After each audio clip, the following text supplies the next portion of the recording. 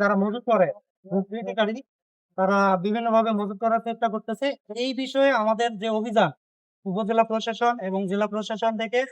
Police বিভাগকে সাথে নিয়ে, বাংলাদেশ পুলিশকে সাথে নিয়ে, আমরা আমাদের সাথে ফায়ার সার্ভিস আছে, ফায়ার সার্ভিসের সাথে নিয়ে আমরা নিয়মিত অভিযান করতেছি, যারা যাতে করে কোনো প্রতিযোগিতায় এই মজুত না করে মজুত করতে না পারে এ ব্যাপারে আমরা সচেতন হয়েছি। আমাদের এই অভিযান অব্যাহত থাকবে যাতে আমরা পেট্রোল অর্থে নিয়মিত ভাবে